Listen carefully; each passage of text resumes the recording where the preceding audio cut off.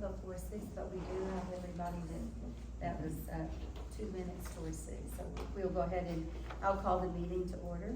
And we have a quorum that we are missing Dr. Antwi today. He could not get relieved out of his job, and so he could not come tonight.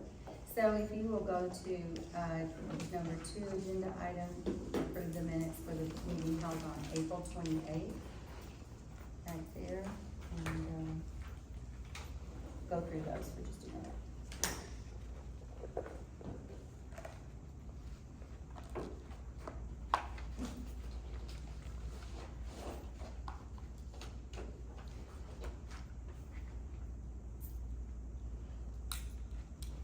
I move we accept. Second. All in favor? The minutes, no corrections or additions to the minutes. So, Donna, would you like to be first? Sure. Okay. So months and months ago, we had not me, and a different person that was giving public comment ask about why we can't see those unofficial minutes on the website prior to the meetings. Your response was, and I'm gonna quote you, "We will take that into consideration." Yes. And I've not seen any forward motion on that. In that same meeting, we talked about live streaming, using an existing taxpayer facility to live stream and record the meetings. Your response was, "We will look at that." I did say we will look at that. And so since then, it's kind of been crickets. We've not had any updates or forward motion on that. I see that we are now paying a third party to come in and video. Is that the highest and best use of taxpayer money when the taxpayers have already paid for facilities that have this technology? I'm wondering why we're doing this. It doesn't seem to be a good use. We've also asked that, for transparency's sake, that these documents be uploaded at least 72 hours, business hours prior to the meeting, so that we can look at them. I don't mind telling you that I'm pretty horrified that the spending on this report for legal fees and consultants was almost 5 times what we spent on indigent care. I don't know where that money's going, but a FOIA request incoming, just so you know. There seems to be no shortage of willpower to deploy taxpayer resources when you guys wanna have a bond election for hundreds of thousands of dollars, or pay tens of thousands of dollars to a lobbyist. But there seems to be a lack of will to deploy the resources to get the transparency where it needs to be. So what is it going to take to get the transparency? This is not 1999, the internet's not new. Like, this should have already been done. This is taxpayer money, you guys are all sitting here in a fiduciary capacity. So let's act like fiduciaries for the citizens, and let's get this stuff on with. Thank you for your time. Okay. Cheryl. So I've been coming for a little while to the meetings, and I've tried diligently to give everyone the benefit of the doubt. And I think that there are some very well-meaning members on this board. It is not lost on me that in a very short amount of time, this board decided to go from 50% to 100% for the indigent care program, lost bond elections, and then bumped it to 200%. And so I'm not the only person that sees the 200% increase for indigent care as the means to the end to get the new facility that the bond failed to do when the bond didn't pass. Again, I've tried very, very hard to give everyone the benefit of the doubt, but when we see a financial report that is withheld, only given because it's been asked so many times, it's not made publicly available, it's not on a website, it's not on anything. Y'all have a budget of over $11.8 million. The taxpayers that fund that budget have every right to see where that money is going. every right. We should not have to be early to a meeting to see where that money is going. It should be available to every single taxpayer that funds $11.8 million for this district. Okay, thank you. You're up, Terry, Yep. I'll go first, okay? or Paul, whoever. I'll go first for now. Okay. Good evening. Hospital's been, a lot of good things going on. May is Hospital and Nurse Recognition Week, so we celebrate Hospital Week and Nurse Weeks, in the first couple of weeks of May. So appreciate all the HMH team members that participate in their services, community, and all the other healthcare workers, in this community as well. EMS Week was last week as well, so shout out to our EMS, teammates and the work that they do here in Walker County. We'll graduate, we will finish our first family medicine residency in June. Today, 4 members from the Sam Houston Residency Family Medicine. They served 3 years at HMH. This will be our first class that's finished all 3 years. So they'll graduate at the end of June. So we're excited to have our first class graduating in a couple weeks from the Sam Houston Medical School. So we're excited about that. And then we'll add 3 more in July. August for the next group that comes through there. So we're excited about that residency program and what it's bringing. Becker's Healthcare released today the top 508 hospitals with 0 or almost 0 infection rates. So it's the best hospitals when it comes to infections. HMH was on that list. So we're excited about that. There's a lot of work that's 2025 data, a lot of work that goes into infections and ensuring infections in healthcare. So we're excited to be on that list last year. Emergency department, we will change our physician coverage group August 1st. Herman terminated that contract with this year when they cut back. And so we gave us our notice, so we went out and did an RFP. We looked at 9 different RFPs. Elite Hospital Partners will start August 1st, so we're excited about that.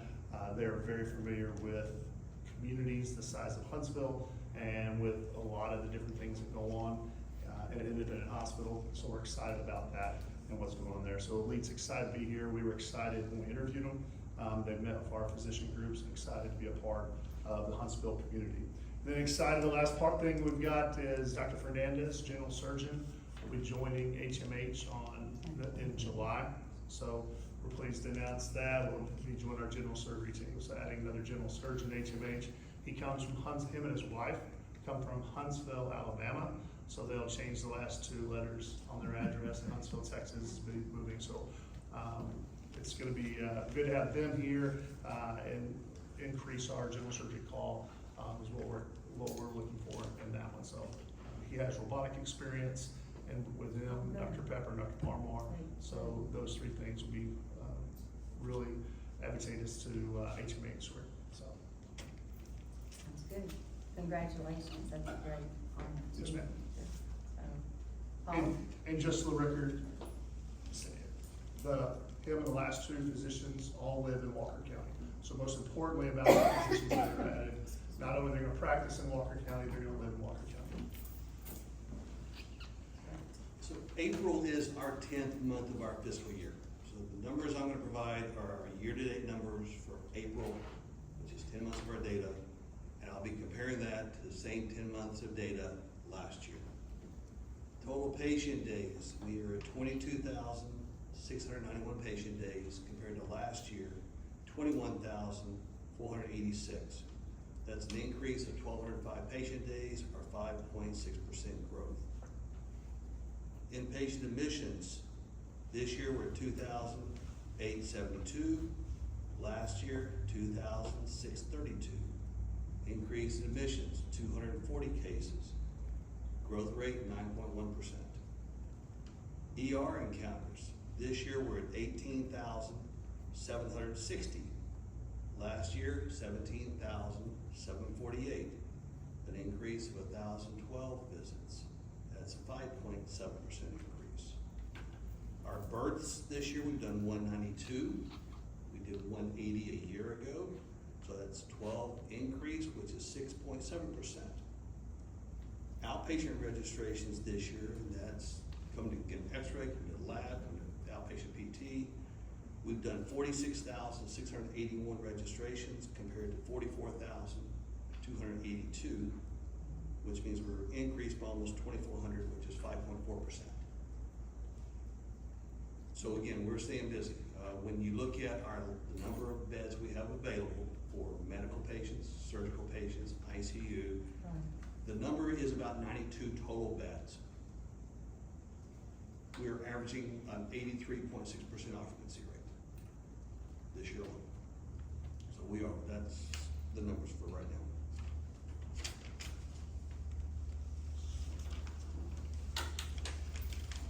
So any questions that any of you all have for Terry or Bob?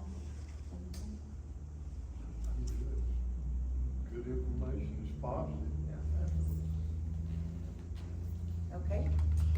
So, thank you, and y'all are welcome to go if you want to, or just stay. We will go, next to, agenda item number 5, reviewing and approving the monthly financial report. Okay, I'm gonna go ahead and start at the very top, with the revenues.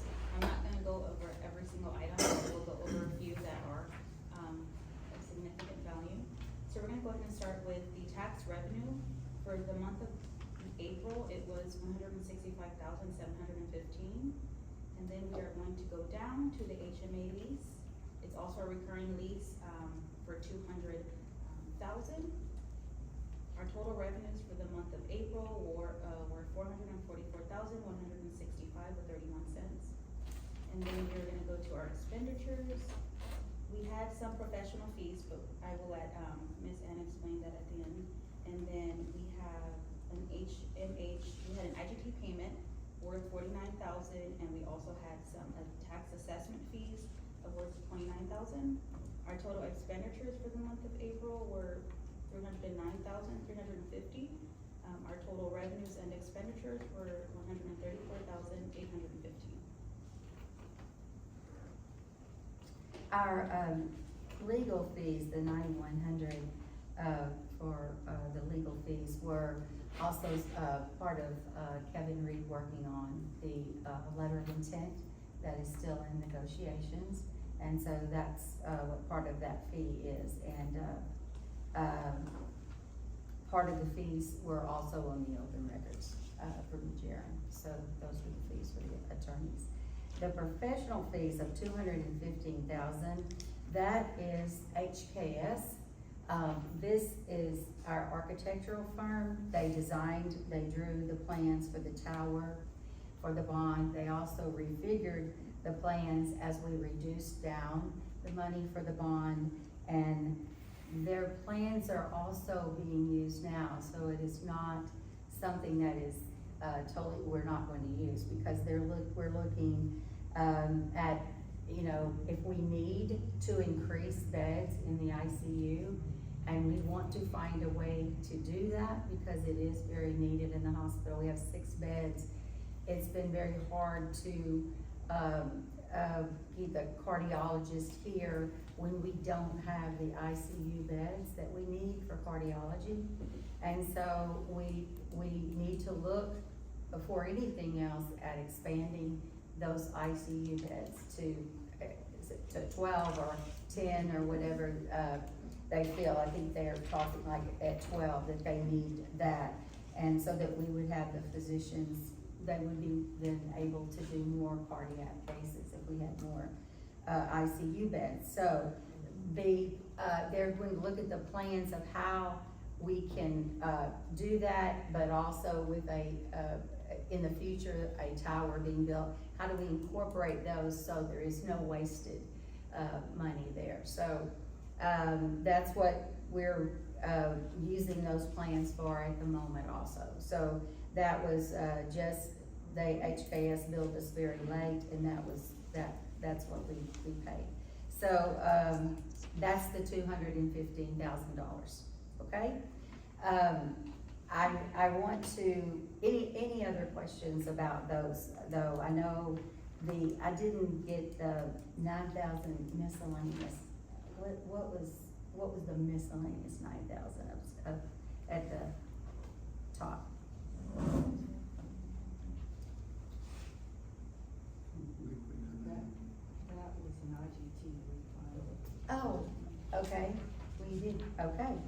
that, if you did not hear that, it was, the IGT occasionally does give us back a refund, and that was a refund from, an IGT payment. We have received those very occasionally, so, okay, and at the bottom, there's, the indigent care for this month was $49,118.65. That is the IGT payments to them too.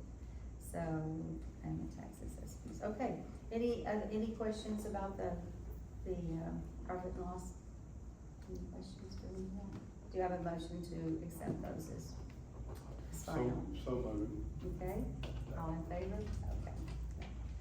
Okay, we'll go on to the monthly bills. Okay, so, per usual, we have the recurring Walker County Appraisal District, worth $14,944.86. And then, as spoken before, we had an attorney fee, $31,000, and then we had an IGT payment, as mentioned also, for $49,000. And the total, monthly bills for April were $104,343.16. Okay. Any questions about the monthly bills? That is on down with it. Would we accept?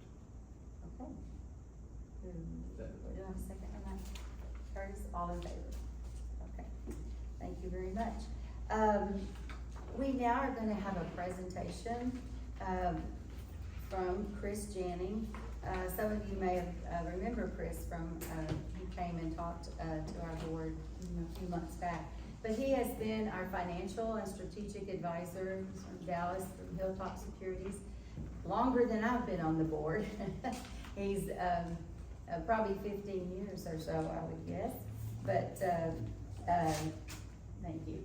He's going to give us a discussion as we've been looking at different ways to move forward in the community. We've had a lot of people ask us too, what are you doing? Are you trying to do something else and, try to enlarge the hospital, or what are you trying to do? So what we have been trying to look at is what is another way that we can have either enlarge this hospital. So we know that whatever we do today, we are not gonna be opening a hospital for probably 4 years by the time the year and a half or so of paperwork goes in and then the building of the hospital. So we know by then that we are going to have a bigger population. I know all the entities have been talking about it in Huntsville. So we would be remiss if we waited until the last minute to start any of this. So we've been looking at different ways that we can, I'm talking to Chris about different ways that we can have a hospital here or enlarge the hospital. And he is going to give us one option tonight. And we won't be voting on anything. He's just going to educate us on this option, and then we will look at other options and things like that. But tonight is the first one of these. So Chris, go ahead. Thank you. I'm Chris Janning with Hilltop Securities out in the Dallas office, the headquarters. I think you all remember Mario Hernandez, who worked with me when we were Hi, helping Mario. with I'm the sorry, I GO didn't mean bond to leave you election. out. Like Ann said, if you go back, and how did we get to the GO bond election? You had asked us as your fiduciary advisor, we're your agent. We can't buy the bonds, we can't sell bonds.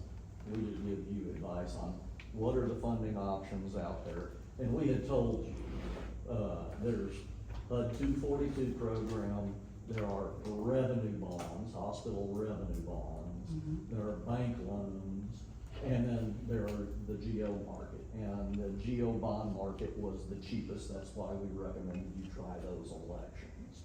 Needless to say, they didn't work out, you didn't get your approval. So, and I know that CHC has been turning over, looking at all kinds of programs. They have been kind enough to involve us as your advisor, let us at the table, they've kept us apprised of what they're trying to do. And we've been doing that for what now, almost 6 months in? Yes. So, Yes.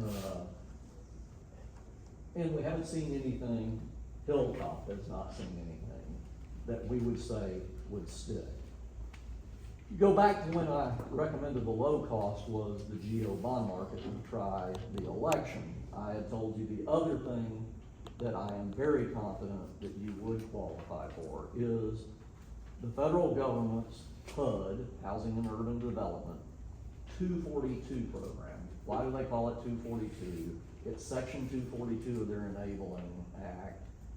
It was created specifically, it's a mortgage insurance program, just like HUD we all know HUD mortgages from our homes.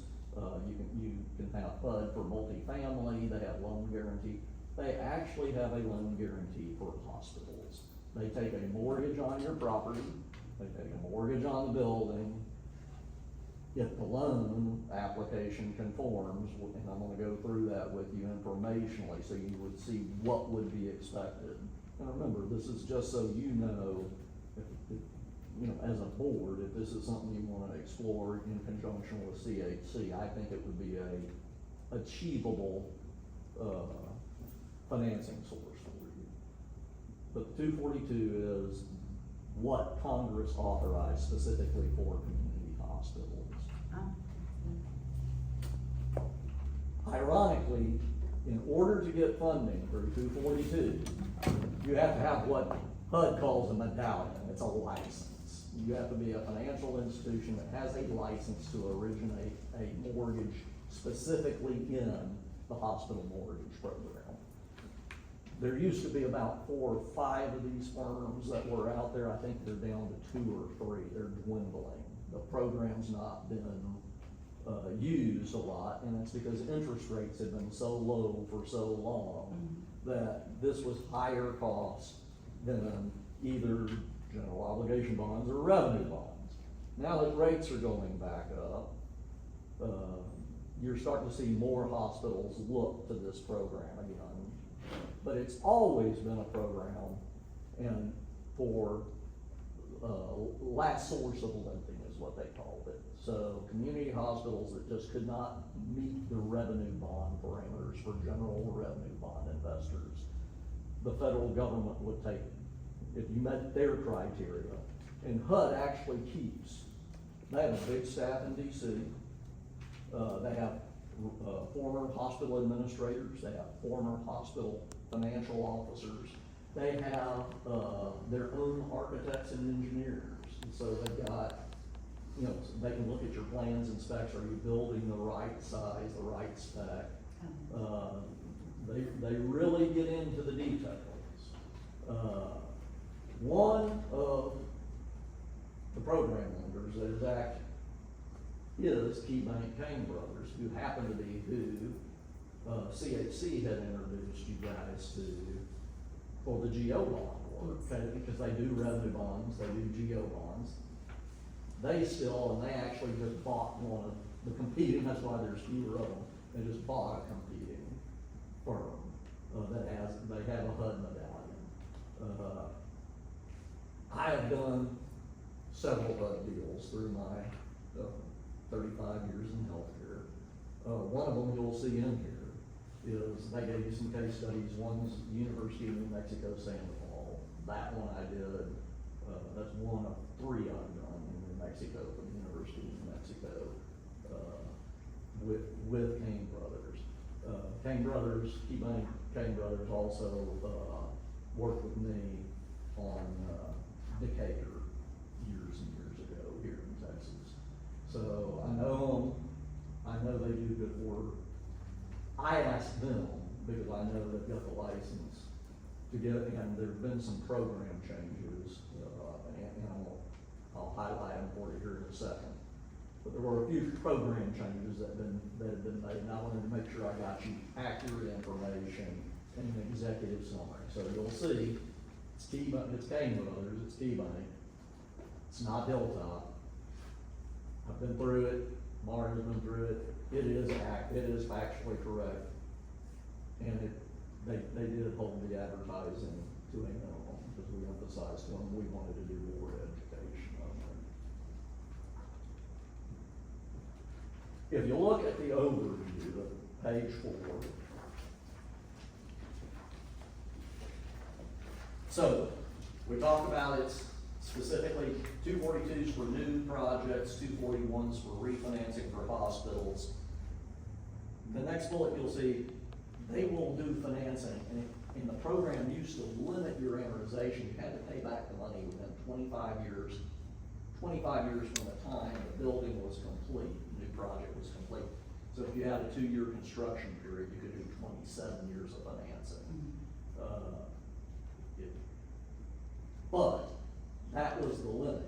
You couldn't go out like on a home, and we all know the reason we don't buy our homes commonly on a 15 or 20-year mortgage is if you go to a 30-year mortgage, it brings that payment down. It's the same thing with these type ones. So longer is often better because it reduces the amount of the revenue that has to be taken from the community and used to pay for the financing. But now will allow 30-year financing. And they have made some loans under that new. In addition to the borrowing costs, so HUD guarantees 90% repayment of the principal and interest borrowed. So, the investor that buys the HUD guaranteed security is taking a risk for 10% of the repayment risk. Now, there are ways, and I'm not gonna get into it.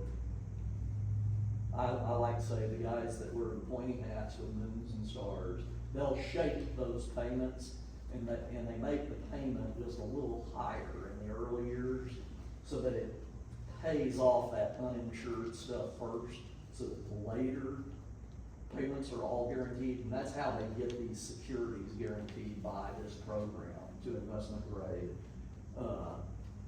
The actual rate that you would expect would be akin to an A-rated revenue bond. So if you looked at an A-rated hospital revenue bond right now, that's probably 5 3/4 yield on a 30-year deal. When you look at the average cost of borrowing, that's the raw interest cost. But you'll notice, in addition to that, you pay HUD 0.7%, and that's your MIP, and that's MIP just like on HUD-insured home mortgages.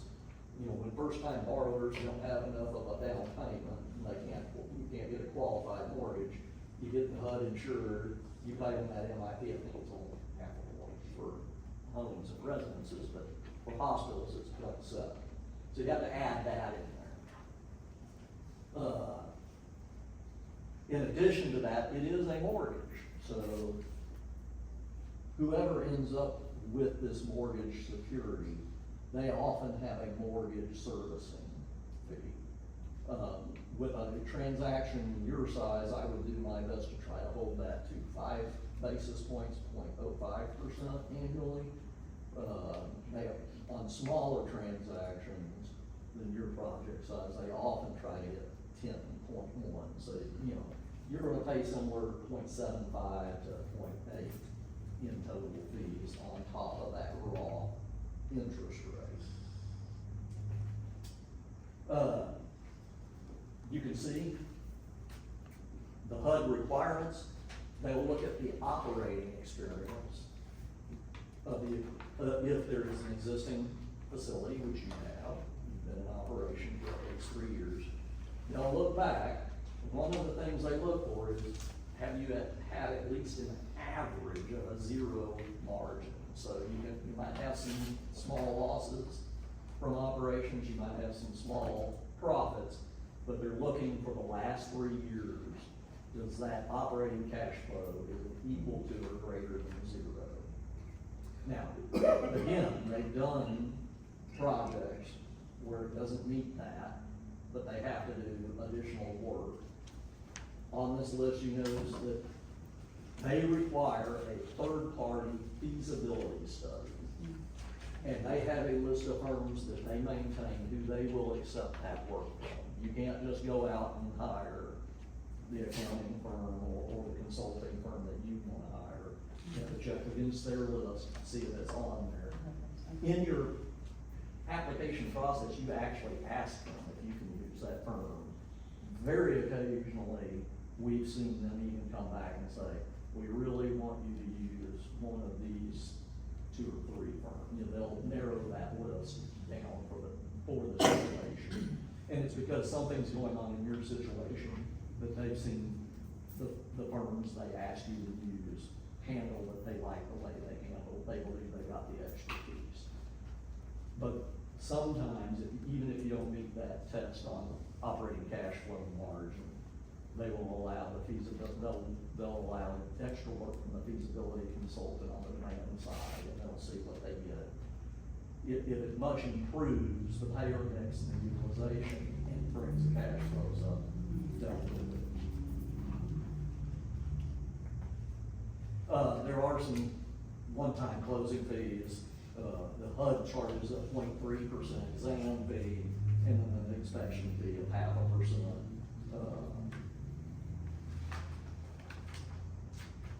Go to the next page.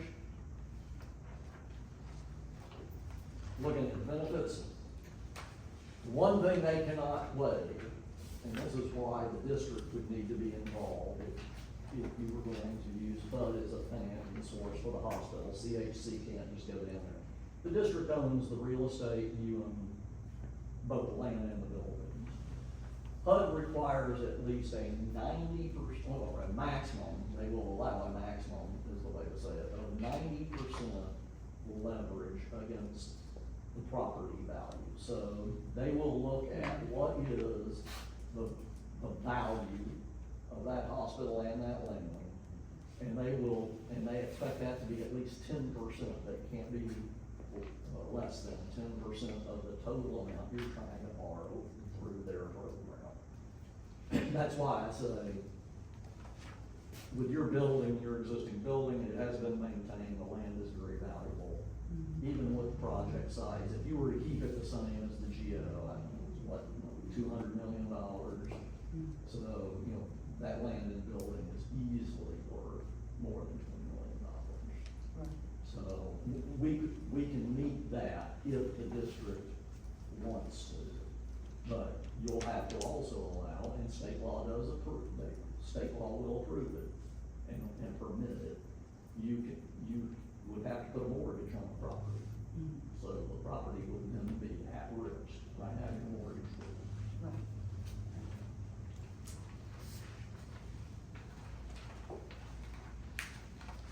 Right. Second to last bullet, this is a new one that the team over at Kane Brothers flagged for me and asked. One of the things they do look at, and they've had some projects to where they actually had to use the mortgage, foreclose on the property, and sell it on. And those occurred several years ago, but they did occur. So the current staff at HUD really focuses on, your total revenue to your total proposed debt. And they don't, if your operating revenue for your hospital that you're proposing is not at least equal to the amount of debt, if the debt is more than that revenue, they're balking at doing it. And that's one where, again, it's not an absolute, it's because I mentioned these are former financial officers and administrators at hospitals. That's just one that it's one of their comfort. So anything that you all did, that would be something that we would be watching to try to make sure you don't try to borrow through more than what the actual reasonable early year revenue is going to be. Last bullet, and this one is important to understand. HUD is an all asset pledge. They are your single secured lender. You can't sell other revenue bonds you can't do anything without their permission. You can do stuff that's subordinate. If you can find a lender that will take a subordinate lien to their position, you can do that. You still have to notify them. They still have to acknowledge it. But they will not allow, additional lenders. So if you get into the program, HUD is your lender. That means if you need to borrow money 5 years or 10 years down the road, you either have to be able to pay that HUD loan off in full, or you're gonna have to keep dealing with HUD. So it's a partnership for life, that's what I like to say.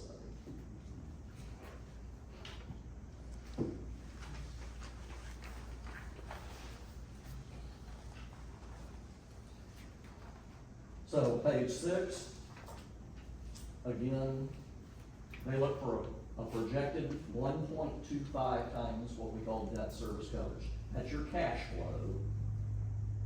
If you have corporate finance people or business people, EBITDA, earnings before income, taxes, and depreciation and amortization. It's a cash flow. And cash flow needs to be 1.5 times or greater than the proposed annual debt payment.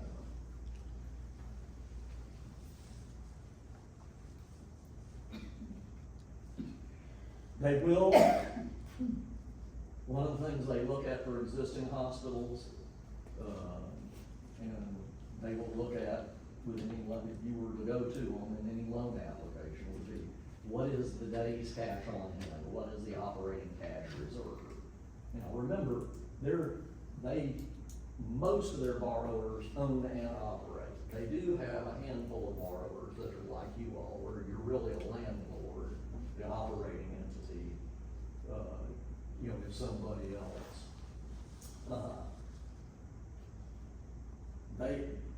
In those instances, they're gonna require the same books and records that they do from you, from your operating entity.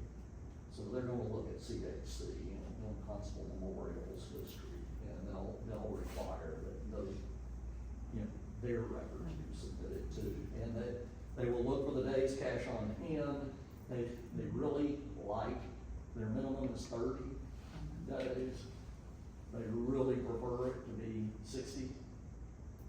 I just know that from having worked for them with several clients. Now, this is the page where I will tell you, KeyBank is optimistic. So they tell you this is the HUD borrowing process. And they say it's an 8-month process. I will tell you, HUD will tell you, it's a 6 to 8 month process. The fastest one I've seen done was 10 months. The slowest one I've seen done took just at 2 years. They do have a staff, they have a big staff. They are federal employees. When they have to have 4 different approvals, every one of the people that has to sign off on it, they won't do it till every I is dotted and every T is crossed. And if they've scheduled time off, if it's a holiday, if somebody misses a form on their staff, it goes back to the bottom of the pile and it starts again. My words, I'll own them, they're very bureaucratic, and so they can be notoriously slow. They know it. That's one of the reasons they had low volumes, is because of the long processing. But when Ann mentioned this could be 4 years, but even if this is something you said, Chris, we thought about it. Bring those, Kangaroo people over here. Let's really get serious and let's roll up our sleeves. Let's see if we can design something that we think HUD would accept. Work with them. First of all, you gotta design it. You gotta do your own work, think you meet these parameters. Once you have that, that's when that is on the day, the first month. Then you do what's called a pre-application package. That's month 1. You submit that to HUD, they will review it, and if it meets their criteria on the face, they will invite you to come to Washington, D.C., like you being the borrower. They'll invite the borrower up, and they'll sit down applicant borrower, say, here's our project, here's what we're thinking, they'll ask questions. If they think of anything or they're uncomfortable with something, they'll tell you, hey, can you give us more information on that, or this doesn't seem to make sense, you know, can you think about it, can you go back?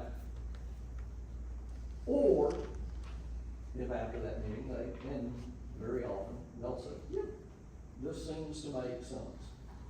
Then they will invite you to fill out a full application. And they've got some pages in here. It's 3 volumes of information. You do that, and once you get invited, 2 to 4, to put together volumes 1 and 2. And mention volume 3. Because volume 3, part of the criteria is you have to have construction-ready plans and specifications from your architect engineer, HKS. So, once they invite you, yeah, you've done the pre-leg work, they want you to then commission the full construction drawings, and those go into, once they're ready, volume 3, and then volume 3 gets reviewed. I mentioned they've got their own architects and engineers on staff. So again, best case, smooth, very low leverage. And like right now, they don't have a lot of applications, so they can put full. That could lean toward the 8-month to a year. But as soon as we have any exceptions and we have to start garnering additional information, you start adding time to this. And that's where I've advised, and when I was speaking with her, you know, again, I think a more reasonable estimate is 12 to 18 months. At 12 to 18 months, you would have approval, and at that point, you can move to funding, and it's very close, it's like a bank loan or a bond at that point. You let your bids, you have to get the bids in on budget, they look at the bids, they have to approve the construction art, you can't just go about, they have people that will monitor construction as it goes on.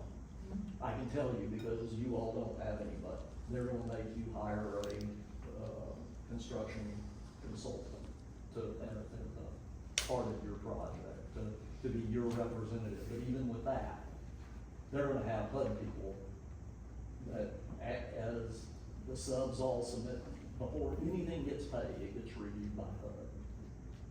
So, it is not you close the loan and you buy the house and you never see them again.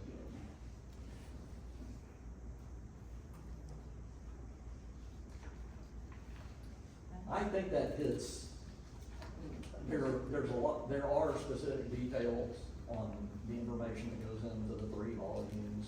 I wanted to give you all this as a resource. Yeah. Again, this is one where I think you could do it. And I think your project makes sense.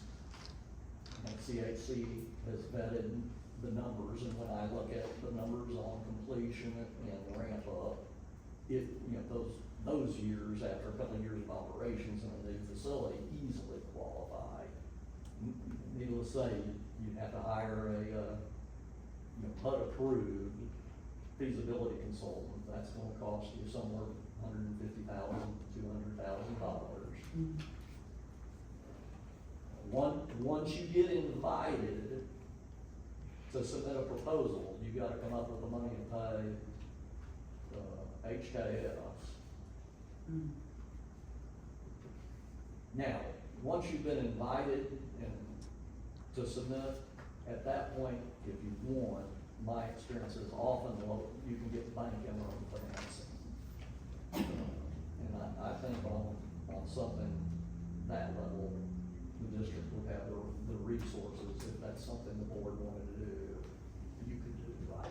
I could probably find you somebody to do that, it would be taken out and paid at the actual closing once you satisfied HUD and to let the contract, took your bids and I think all of you know, one risk right now is with these data centers, construction inflation is just horrible everywhere in the US, but especially here in Texas.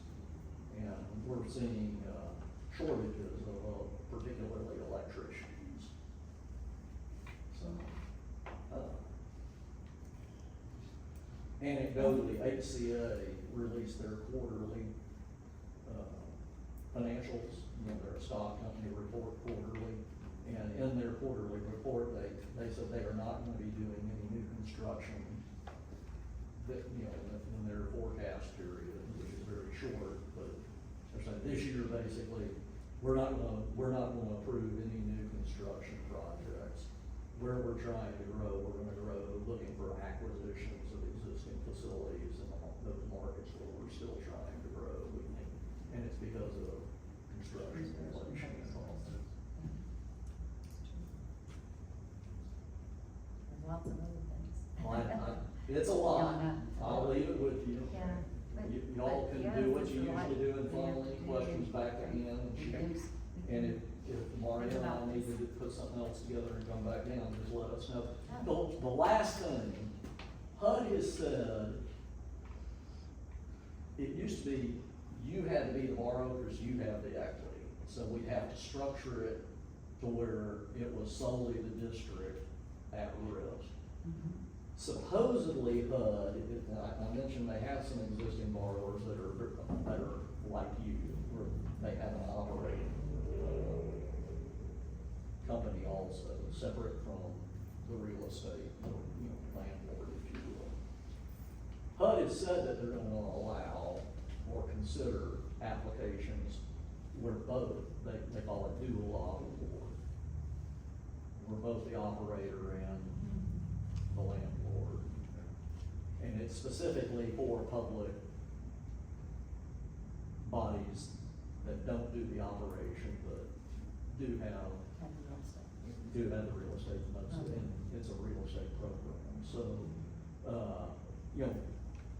again, when you're thinking about it, if it's important to you all that you would like to try that, if you will, it gives you all as public officials. I don't see a difference. I don't have a strong opinion one way or another, but some people would, and I certainly respect that. But if you thought having your operating partner having skin in the game as an obligor to HUD also, something we could try. That was a change that Kane Brothers asked me to tell you about. To me, the other thing is, Perry, plug your ears. I know in the past, some of you have asked us way back, you wanted to be part of one of the bigger nonprofit systems and saw that, they really would often say no, and it's because, they're growing inside their urban area and they're using all of their debt capacity and their cash for that growth, and they didn't want to do anything way out here in Huntsville. Well, if you're going to HUD, they would look at that as non-recourse and project finance. They don't have to put their own, they could limit their risk.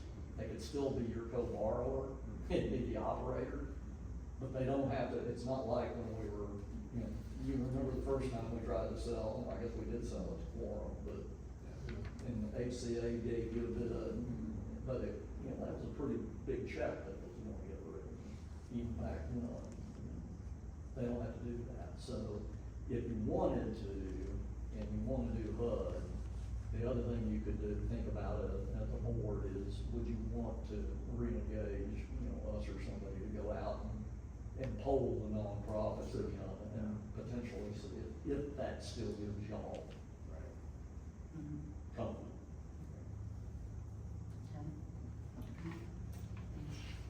And I don't Appreciate it. don't No. have any kids. Anything, time to go over everything, so thank you, Chris, for explaining all of this, and we've got some hard decisions decision-making to make. It is in the book. The current borrowing rate, we did look at it, was estimated to be 6.5 to 6.75. I told you that A-rated rate. I'll do the math for you real quickly. It's in Kane Brothers. Oh,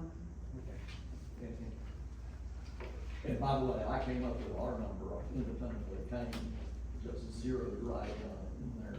I did read their bullet on the current estimated borrowing cost, and it looked exactly like, which is what I would have expected. You're about the same size. We will. okay. Thank you, Chris. Appreciate it.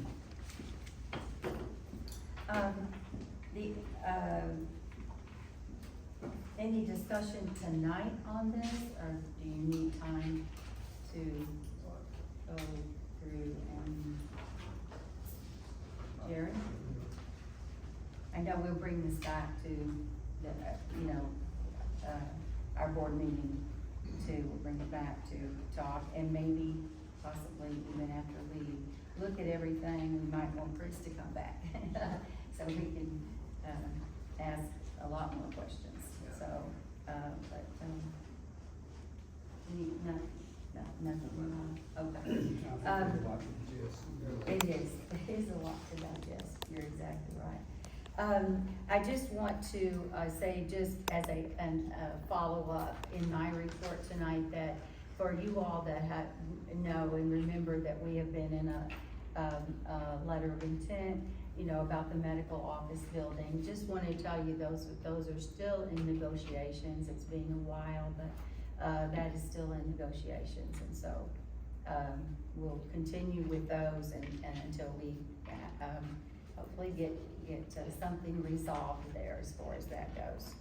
And, we have gotten, the other thing was, we've gotten quite a few, applicants, for the administrator position, and we're filing through those and probably, we'll, start in the next week or two, interviewing people for that position, so the administrator position. So that's where we are on that right now.